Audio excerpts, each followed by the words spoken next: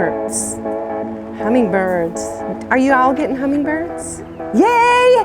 What do you have that they're liking the most? It's like a purple or black Majesty salvia. Okay. I love, and I could look multiple times a day, and there's more than one just like in there. Excellent. I have a black and blue salvia, yes. And they really enjoy that a lot.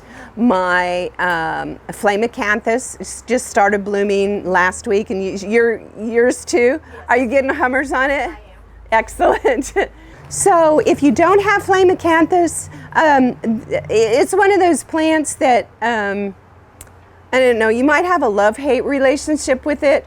It's wonderful. I really do enjoy it. The hummingbirds love, love, love it. Some of the swallowtails like it, but it does reseed.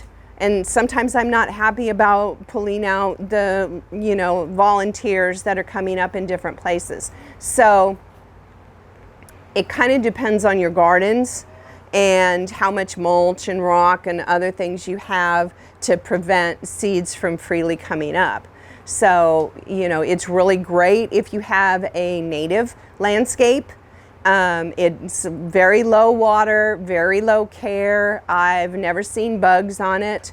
It does get caterpillars. We'll talk about that on one of this next page. But it's a really good plant for native drought-tolerant landscapes and for hummingbirds. So you might want to try that. So I gave you a little recipe here, guys.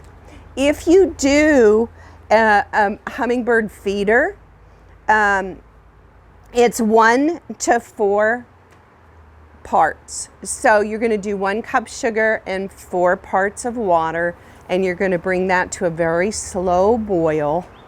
Make sure it's perfectly clear, stir that nicely, and then let it cool. Strain it through a coffee filter or something similar. Coffee filters are easy for me to use. And then you can fill your feeders with that when it cools. You can store the extra in the refrigerator.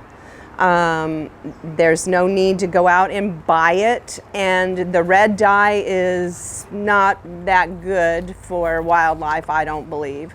So, yeah. So if you want to use a feeder, this is a good one. If you do use the feeder, be sure and change it regularly. It's really super, super, super important. I can't stress that enough. I've seen so many hummingbird feeders that were so filthy, and I thought, oh my gosh, that can't be good for them. So we want healthy creatures, and we want to help them and not make them ill. Once we get a large garden going and we have a lot of these different plant materials, you'll probably just get them feeding on the plant materials. So my husband quit doing his feeder several years ago. He's like, if they can't find stuff out there now, then they need to look someplace else. So we always have stuff. The black-chinned hummingbird is the one that we have here. It's the one you're going to see all the time. And he looks like he just has a black chin and a little bit kind of pale green tummy until the light hits him. And it is this brilliant dark purple that shines in the light. He's really pretty. And the females are kind of a green iridescent on the back of their wings and kind of paler on their tummies.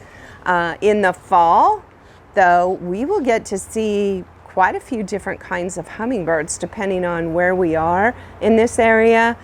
I've seen calliopes, I've seen ruby throats fairly regularly during the migration in the fall. So you might look for those and make sure you've got nice things that are going to attract them. That way you'll bring more into your gardens in the fall.